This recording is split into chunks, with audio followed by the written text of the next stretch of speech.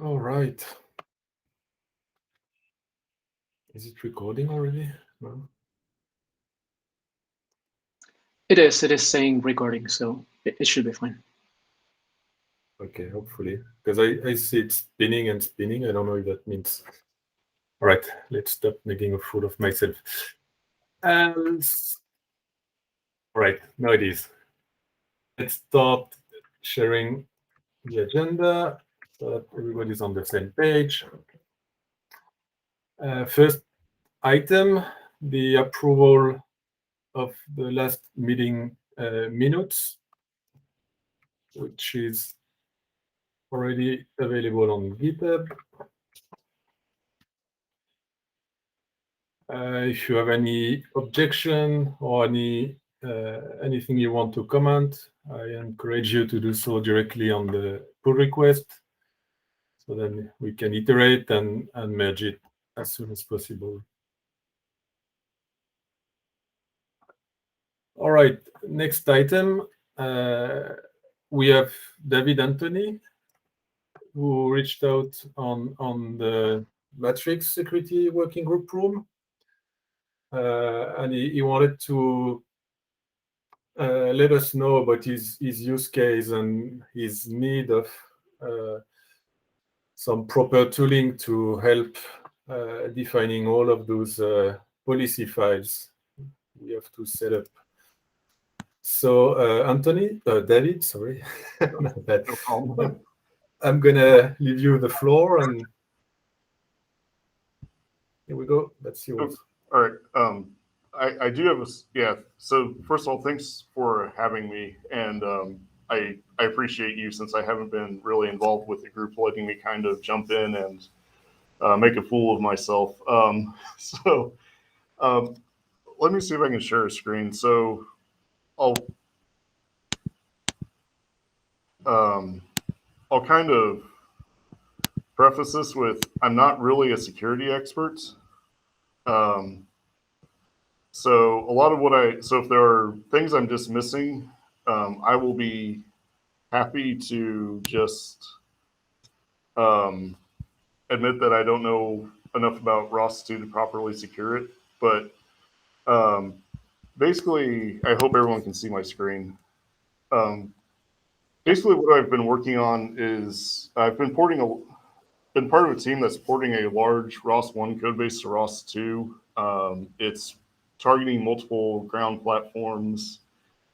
It is an enormous legacy application that's been developed for a long time, and it's still under active development and experimentation. So it's not really a like product yet. It's still very much in flux, with new capabilities getting added to it for the U.S. government. So we're still trying to figure out how everything's going to work with it. And so kind of in parallel with that, we've also been looking at how we can turn on security for the system. We largely didn't do anything with it with ROS 1 security, just because, I mean, you're all familiar with ROS 1 security. We didn't see a big advantage to it at that point, but now we're very much interested in using DDS security and secure ROS 2 to really lock this thing down. And and not only secure the application, but also try and kind of get the security processes integrated into our workflow, because unfortunately, up until now, we've just been focused on development and testing and haven't really, the security aspects just haven't been part of our workflow. So kind of, for example, when I say a large system, for example, we're thinking about ground vehicles that maybe have 6 or more computers, a node count into the hundreds with, 500 to 1,000 topics. Importantly, we're probably going to use multiple DDS domains to kind of manage the traffic and make everything manageable from a DDS standpoint. And we really need to restrict access between the different systems and network interfaces on this vehicle. So we really want to make sure that everything's kind of isolated. So if one system gets compromised, it doesn't take down the entire vehicle. kind of the other use cases in the back of our mind are things like UAV swarms, where you've got dozens of UAVs, maybe with multiple computers, like a flight computer and then maybe a sensing payload or a NVIDIA Jetson or something doing computer vision tasks that need to communicate with one or more ground stations. And we really would like to kind of isolate those UAVs from each other while still maintaining communication with the ground stations. So that's kind of like the systems we're kind of envisioning and thinking about and starting to work with. And so that's that's kind of where I'm coming from. And like I said, I'm not a security expert either by any means, but we are very interested in applying it to these systems. And so kind of we've been doing some initial efforts into this, and kind of what we have found from our kind of developers that are working with it is they're really having a hard time integrating the SROS2 into their development workflow. Particular things we've encountered are, when the command line tools, when we start talking about, trying to have a half dozen computers that are all, maybe configured differently or have different policy configuration, different computers are supposed to have different levels of communication with other computers. Like maybe we want a computer vision system to talk with one computer that then sends, some kind of processed version of the computer vision imagery, like object detect, doing whatever we're doing, like pedestrian detection, object detection, semantic segmentation, and then sending that on to, more of the like path planning computer. We want to kind of restrict the communication between all those computers to just the topics that are actually relevant to each other, so that we don't just have a free-for-all talking between the systems. And so kind of the first feedback we got from the developers are the command line tools are really hard to work with in this case. Like, I'll talk about that a little bit on our next slide. It's hard to verify that the system is properly configured, even when we turn on the security options. I think our first thing we did was we turned on security and we were like, did that just work? And we were really wondering, did we actually have the system even configured properly?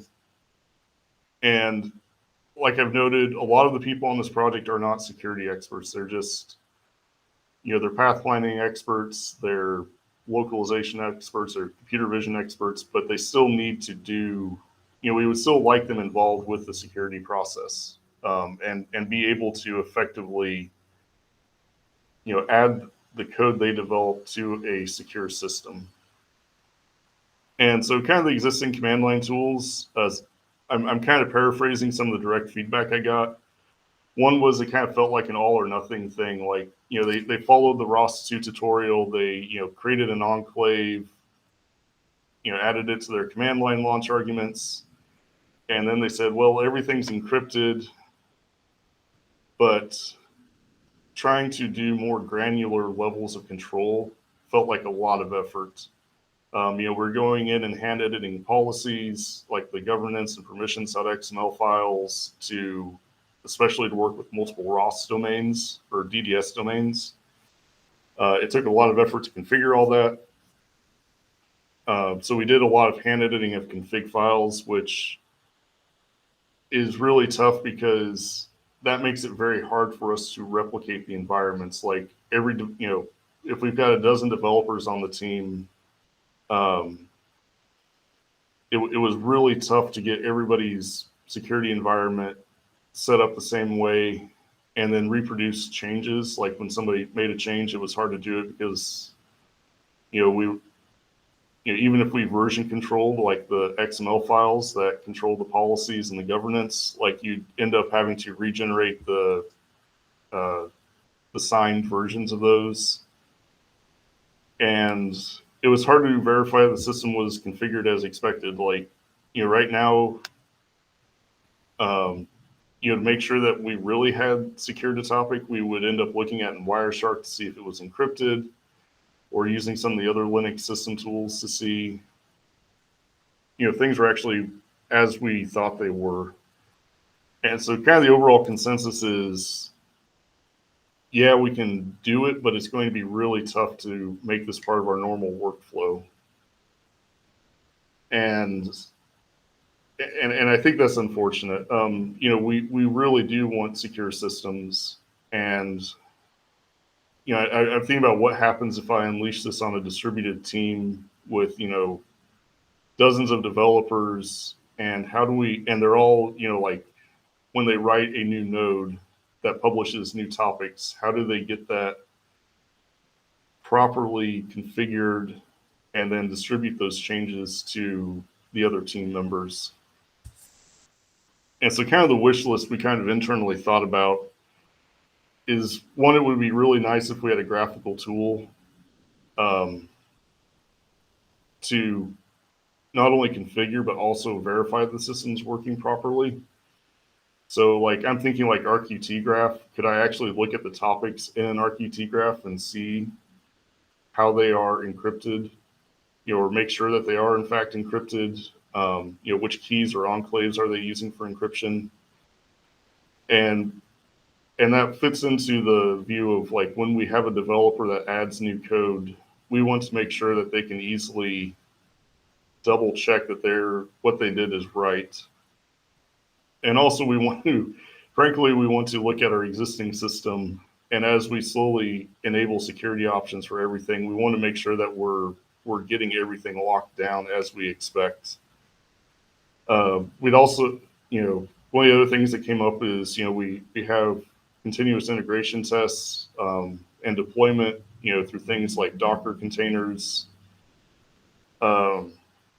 Setting up environment variables to configure the security is something we can do, but we've already ran into issues where somebody has a bug and it turns into, oh, did you set this environment variable properly in the terminal? And we'd really like to get it more of a programmatic, like everything gets set through a command line or some sort of configuration file, to make sure that we can really reproduce our environments and change them effectively. One of the other things the developer brought up was, could something like ROS2 node info or ROS2 topic info show you information about the enclaves that a node is using, or how a publisher and subscriber is configured for encryption? And down the line, we're also thinking about things like key management. How do we, in that UAV swarm case, how do we deploy keys? How do we update keys to this entire swarm that's, not involving a lot of bash scripts and, copying over encryption keys one by one, or, very ad hoc.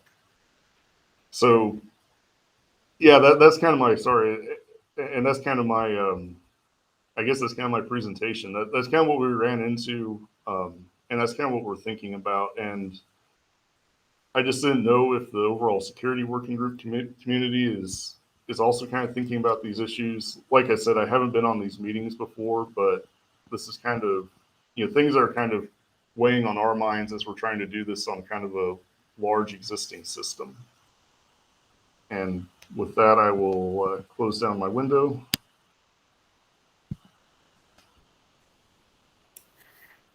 Right. Thank you very much for the interesting presentation with an actual very real use case.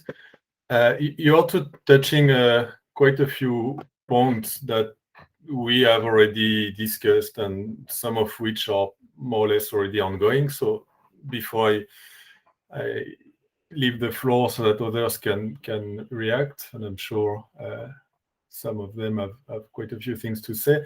Allow me to ask you two very small questions, more generals.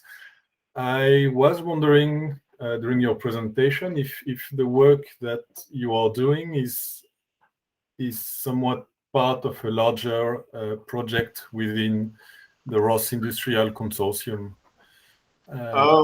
We've seen that they are touching the security aspects of ROS2 as well nowadays, and I was wondering if that was related. So yeah, so we're not directly related. I talk with ROS quite a bit since, we've got quite a few of their people here at Swery.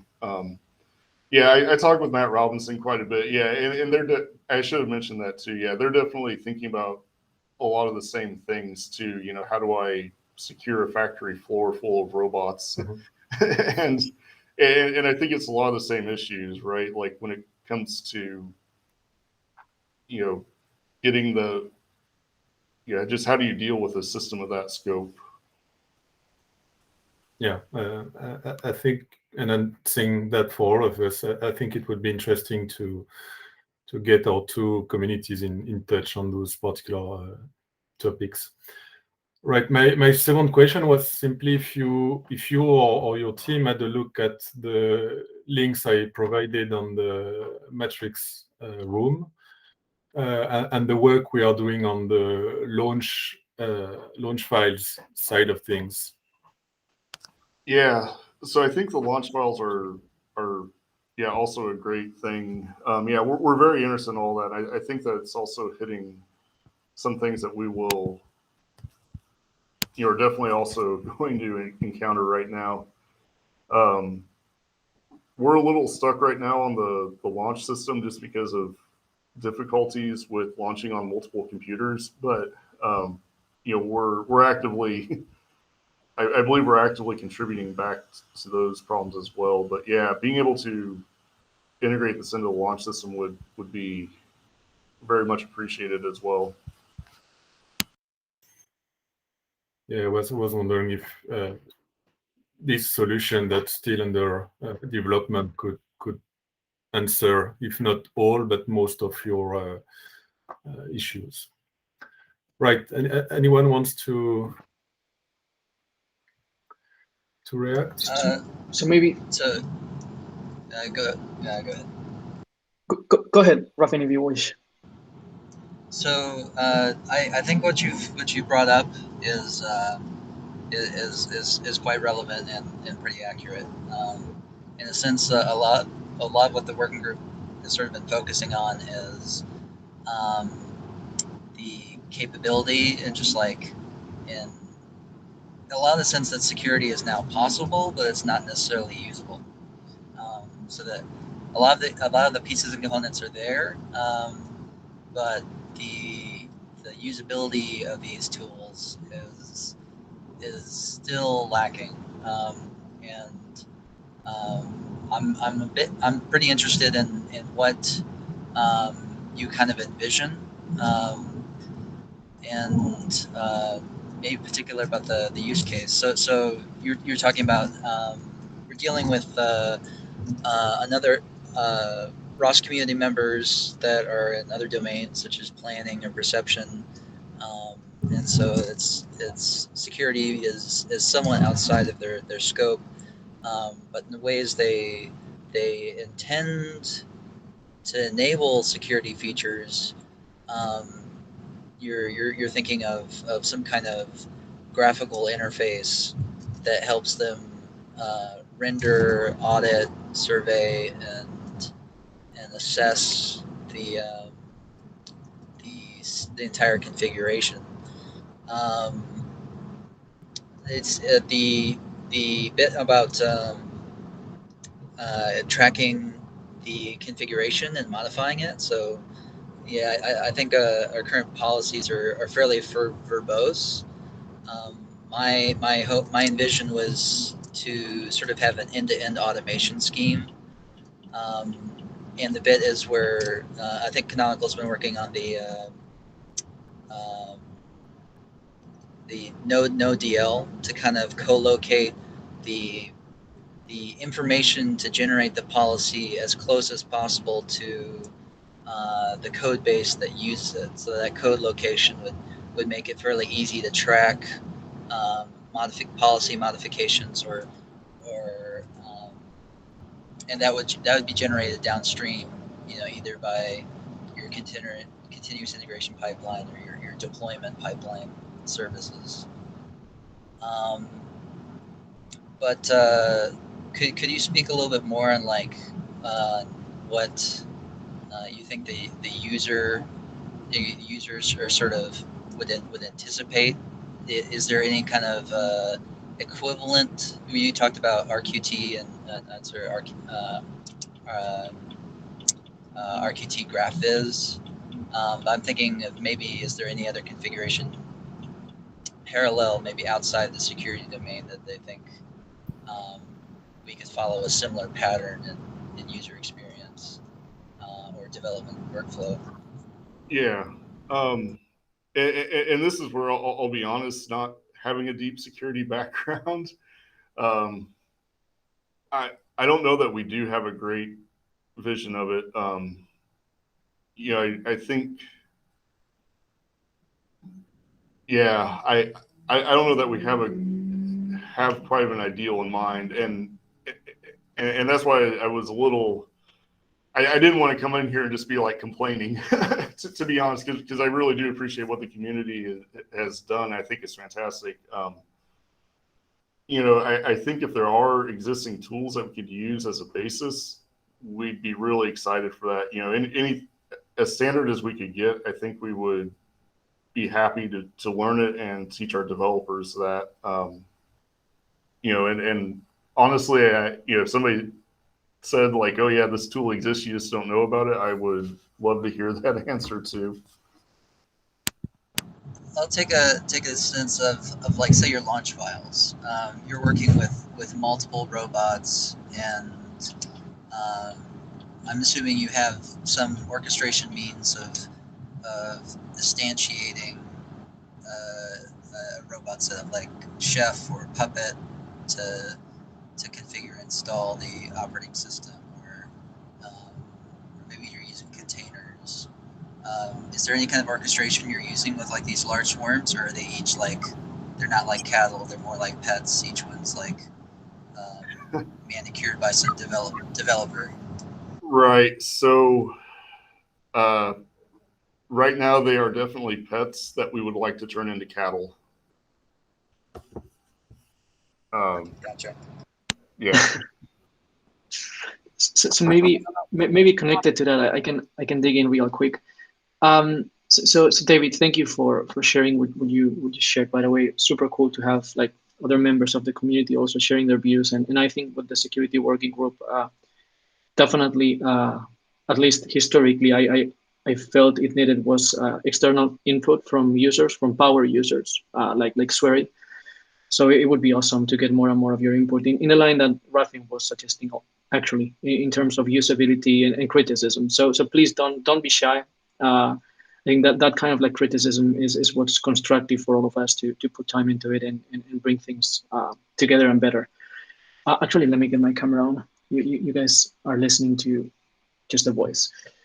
Yeah, I wanted to share with you a thought and see if that somehow match with what you presented, and maybe that can get back into the group and somehow constructively contribute, which is, and I brought this up many months ago in a past security meeting, which was that I was feeling that for us as a group to advance, we had to somehow focus on a consistent, identical or similar use case, meaning that we need to somehow define a reference system, and that reference system needs to somehow be the one that we use to challenge it with different security configurations, to provide additional examples, to spread the word about the work we are doing proactively.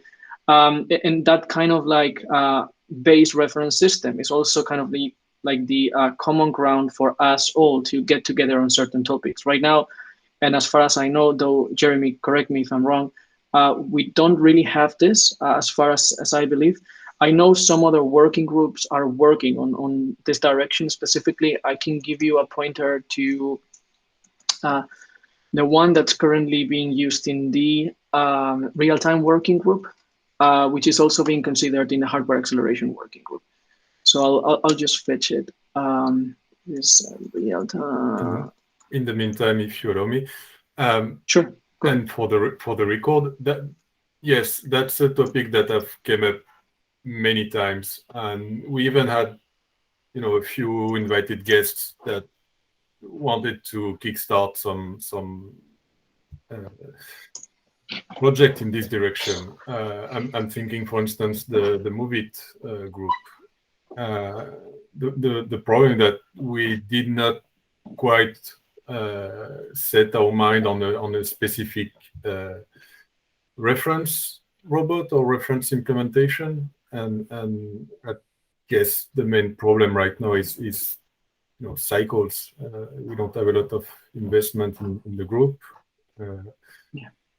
And that definitely sounds like the kind of project we should be doing, because that would put the spotlight on the shortcomings of the security story in ROS2, and that would be a great tutorial and example and showcase.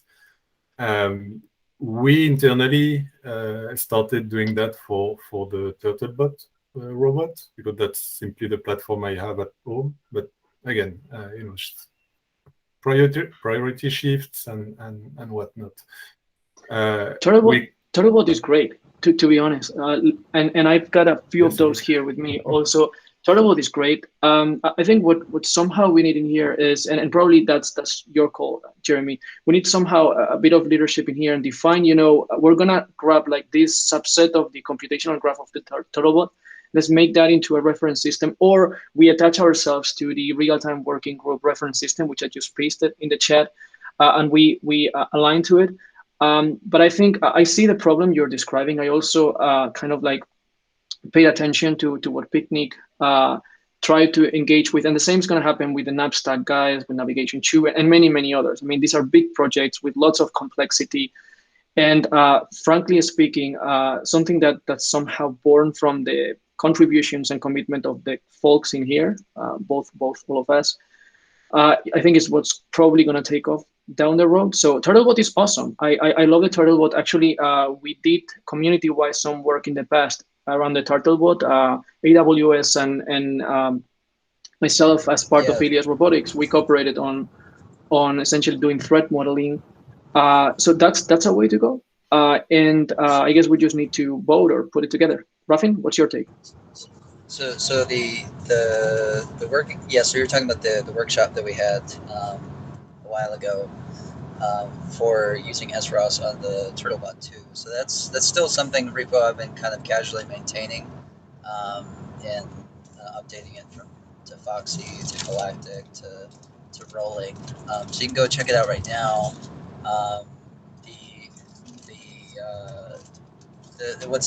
It's been really helpful in continuously revisiting that project. It's a nice little demo. It's all using containers. You just pull it, spin it up, and it starts a Vibo session that drops you in with a Turtlebot demo. And you can flip whether you want to use everything security or not, or use your custom profile. And what that's sort of an insight is to really be scale that even modest ground-based service robots are kind of facilitating in terms of number of topics and number of nodes, and how these ROS graphs are composed with nodelets or composed nodes, and that's been really useful. Yeah, like Victor said, these are really useful for teasing out the use case or the friction points in using the SROS tool. So, like in particular, nav2 rolling is sort of a moving target. Every time PRs get merged, there's certain parameters that get renamed, or nodes that get renamed, or whatnot. And so that's like, if we were able to get the nodelet or NodeDL format upstream, so the maintainers can start curating the kind of interfaces that their standard libraries kind of expect, that would reduce the burden on the user and having to audit and compose and author policy configuration files. So I encourage anyone that kind of interested in what a use case might look like is to go check out the what's the name of the SROS Turtlebot demo on GitHub. I shared it. I shared it in the chat, Raffin. Okay, cool. I shared the links. Yeah. I'll also be, I think, maybe running by Picnic headquarters next week, and so maybe I can try and get a hackathon going on with them, where because I think it'd be nice to have some core use cases, but one may not be just enough. Like we'll have one that's like your classic ground-based turtlebot, one that may be your mobile arm, and then one I'd like to have maybe like a swarm example, something like we've seen with today's presentation where they had a use case of multiple robots. One thing I'd like to hear a little more about is like how are you using multiple domains? Are you using, I think a recent project I've seen on the ROS2 repository is domain bridging. So Yep. I guess that was a need that would need to be fulfilled. What are you guys doing there? Yeah, so that's exactly what we're using. We're using the domain bridge, and so we're using it for a couple reasons. One is it just overall network management. It's a lot easier to restrict the domains just so we can get limit the scope of our communications. The other thing, long term, we're really believing that to get DDS to be as performant as we need it, we've been advised by DDS vendors that we're going to need to use separate domain or DDS domains on our system just to get it to perform well. In particular, things like the node discovery and things like that. If you can restrict it to a single domain, it's going to be a lot more efficient. And we've had some conversations with like RTI, and when we talked about our system architecture, they're like, yeah, you're probably going to need to use a DDS, multiple DDS domains just to keep traffic manageable and your system performing like you want it to. So this is a small side that I've been meaning to bring up with the middleware group is the use case of swarm robots with ROS2, and the scalability issues and using domains. Like domains are really nice, and that like it's a hard cutoff that limits the discovery overflow of and avoiding crosstalk. But at least from the specs perspective, there's a finite number of domains. So if like you have a warehouse of robots that's like hundreds of robots, you've exhausted the number of domains that you could. And I guess at that point, maybe you'd already be doing subnets on your network. So you could maybe isolate them on the physical network layer. But I always thought there would be there's maybe another approach of partitioning the DDS domains for large scale swarms. I felt like DDS partitions were a fairly good fit, particularly because they can be considered directly in the access control. So from a DDS security perspective, they're fairly transparent.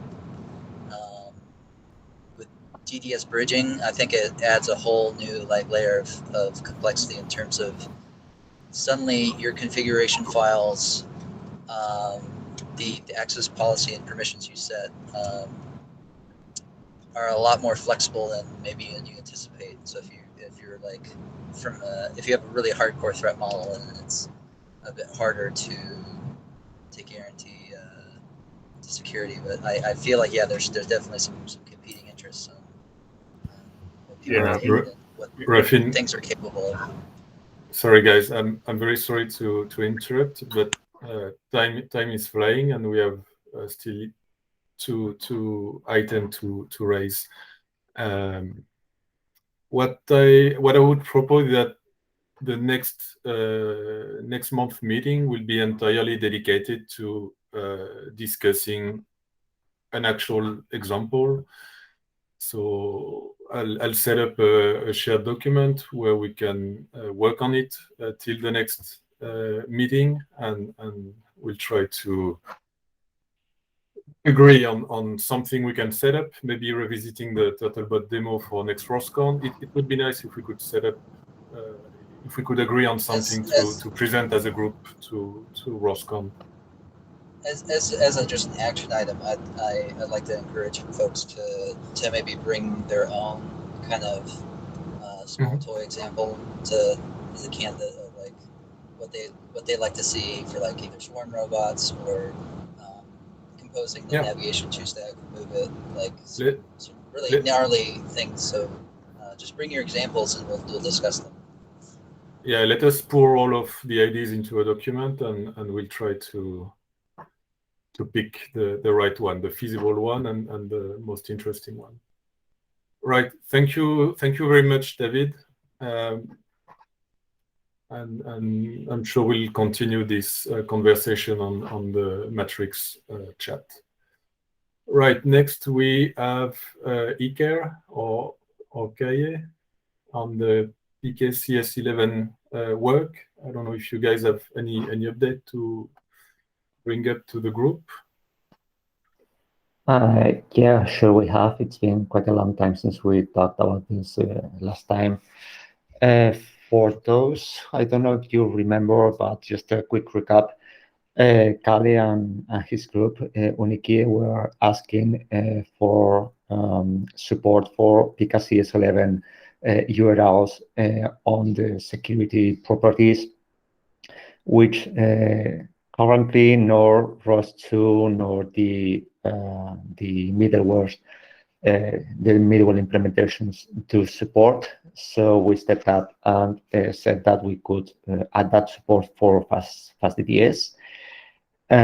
All the implementation is already in place. There is a pull request waiting to be merged into our master branch. The only thing that is waiting is for all the tests to be included in our CI environment. The tests they are already done, but this integration in the environment and in the pipeline is missing, and we don't want to make the merge until that's in place. So I'm guessing that it will be delivered officially on our next minor release at the end of December. I think that will be version 2.5. And on the other hand, we have the part that we need to do in order for ROS to support all this. So maybe you remember that we made some design in order to how we can integrate all this support into the current enclave architecture of Secure ROS. That was proposed to the in the ROS2 design repository, which was I think it was already approved, and there is also a pull request for the faster TPS RMW implementation in order to support this, which integrates nicely with the implementation that we did in FastDDS.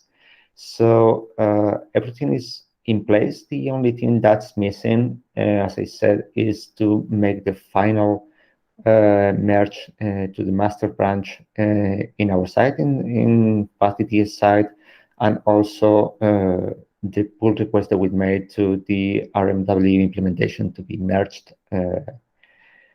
And just as a side note, we are also preparing for Vinikie, for Kalian and his team, a demo so that they can showcase all these new features to their clients. And I think that maybe it would be also good if when this demo is prepared, we can showcase it here in the working group. This is planned, I think, for the end of December, so probably it could be showed to you guys at more or less like in next January or at the beginning of next year, if that's okay with you. But yeah, that's basically all the updates that we have.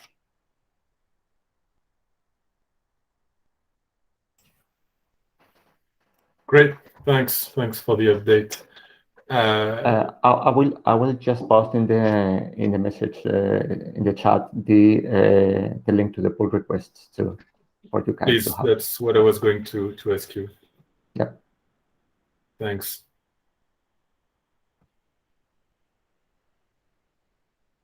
So Rufin's asking if we can link the slides from today's presentation.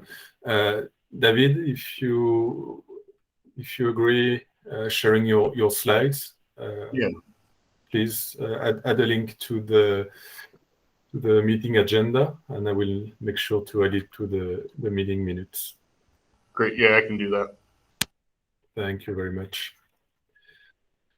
All right. Next and last point, Victor, who's gonna tell us about the guest talk. Oh, please. Yeah, real quick. Thank you, Jeremy. So super quick. So there's a number of upcoming talks about security in different forums. A few of those will be given in the ROS Industrial Conference, Flavor in Europe, which will happen in December, early December. And then there's just ongoing conferences, as in any other field in security, all the way all through the year. We're giving a number of them in upcoming venues. The next one is in Black Hat, and I'm sharing a link here in the chat. For those of you that are not familiar with Black Hat, it's possibly one of the biggest and most popular forums for cybersecurity overall, specifically treating aspects related to offensive cybersecurity, though defensive topics are also widely treated. In this particular talk, we're essentially speaking about DDS because often people essentially new to security or new to ROS to assume somehow, because of the marketing that we've been giving, which is great, but still somehow misleading, that by just applying the ROS to security abstractions on top of the DDS security plugins, you just right away gain security. However, as probably most of you are aware as of now, security is not a product that you just patch or apply once and that's it. You get secure. It's actually a process, and you need to care about it over and over and over. And there are methods to do so, both defensively and offensively. In this case, we are tackling the problem from an offensive perspective with a group. This group is represented by essentially DDS vendors. We had 80 Link in the group researching with us. We have also TX1, which is a big cybersecurity firm, Trend Micro, which is another huge cybersecurity firm, ADS Robotics, which is the site that I participated in at the time. And this has gone for quite a few months. It's been going on for quite a while. The first bits are being presented in just a very few days, the 11th actually, so a couple of days from today. And we are disclosing and first showing how essentially we found more than 10 security vulnerabilities in DDS, various of which are critical scoring, which means essentially above typically 9, but we also find a few above 8. If you're familiar with CVSS, they affect all of the DDS implementations we analyzed, which are essentially the 3 open source ones and the 3 most popular proprietary ones, including RTIs, Core DX, and a few others. Of course, that also applies to Proximas, AD Links, and a few others. And it shows really nicely and really directly how security needs to be considered end-to-end and way beyond essentially some of the aspects we typically discuss in here. So my proposal to the group was if such topics are interesting, I can possibly, of course, bring myself and also maybe bring a few other of the authors who participate in this research and try to give a 20-minute session in here and give you kind of like a heads up about it. Again, this is happening in 2 days, and I'm not really sure when is the next security working group meeting, but we could schedule it in the future. I just wanted to at least bring the opportunity in here. I think that would be great. When is the next security working group meeting? So it will be next month, the second Tuesday. That's all. Second Tuesday, December. Okay. Yeah. So why don't we? Yeah, I think next month sounds like doable. Yeah. Next month sounds doable. Yeah. So if we can book, and you tell me, Jeremiah, how much time we have, and I'll schedule things. I'll accommodate whatever time you give me. Like if it's 10, we will do it in 10. If we have 15, we will do it in 15. Whatever. And again, we will try to keep it high level, but also the plan is to release details about disclosures and how you can actually trigger each one of these flows. I'll just leave you with a pull request, which you may find interesting. So Federico and I coded a SCAPI layer, which implements a dissector of RTPS. In a nutshell, what that means is that you can really easily dissect whatever network packages from RTPS, which means any ROS2 interaction. Right now, our current implementation of the dissector does not include DDS security. I have one in my local development station that does include some aspects of the DDS security plugging a specification and a spec overall, but it's not pushed publicly yet. But here's the link. If I can paste it. Okay, trying to get it. Huh. There we go. Yeah, so that's it. And that's a great starting point for anyone that's caring about also this topic. You can play around, you can do quick sniffers of traffic, you can enable encryption, and you can see how still you get some information out of it. You can try to break some of the fields. So both for DDS vendors, security researchers, and defenders, this is typically the way things work from a dissection and research perspective. So encouraging you to take a look at there, and I'll try, I don't promise it, but I'll try to bring some examples with the dissector so that then you can bring that home and try it yourselves as part of this talk. So that was the offering. There are, by the way, a few more talks planned down the road with this specific group and piece of research. So I'll keep you posted, and hopefully that can bring some value as well. Thank you, Victor. Great, that sounds definitely interesting. And we're actually attending your talk at Black Hat, so looking forward to it. You'll enjoy it. You won't be disappointed. So we can. I mean, there are things we still can't disclose, but I can give you. I can give you something interesting, which is that we are being blocked by governmental organizations not to do full disclosure because apparently we hit flaws that are being used by military contractors, and that's raised things like heavily. So it's been a fun story from a research perspective, but I think from a user perspective, I think the kind of like lesson we learned is that there's still a long way to go with security, and we somehow need to bring more marketing and goodness into the work that this group does because it's critical. It's critical for the overall ROS2 ecosystem. So thumbs up for that, and let's try to keep this up and bring security to a better position. Right. We're looking forward to your presentation. I will allocate you 20 minutes, and if you need more, just let me know. And I think it would be interesting also to know the backstory behind the work itself and how that plays with governmental agencies and whatnot. We'll try. If we don't get sued, we'll try. All right, folks. To your talk and for the backstory, like Jeremy said. Thank you for that private presentation too. All right, folks, we are just on time, so I propose we stop here for today. As I told you earlier, I will be setting up a shared document to pour ideas on a reference device and see if we can actually agree on something.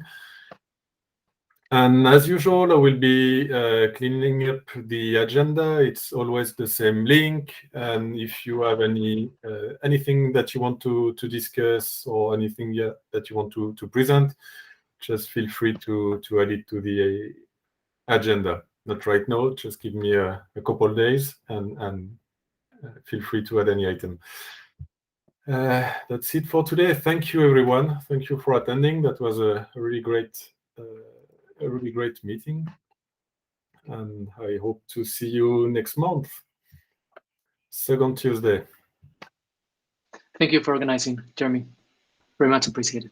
Thank you, guys. Bye. You all. Yeah. Thank you. Thank you very much. Thank Bye, you. guys. Bye, guys. Bye-bye.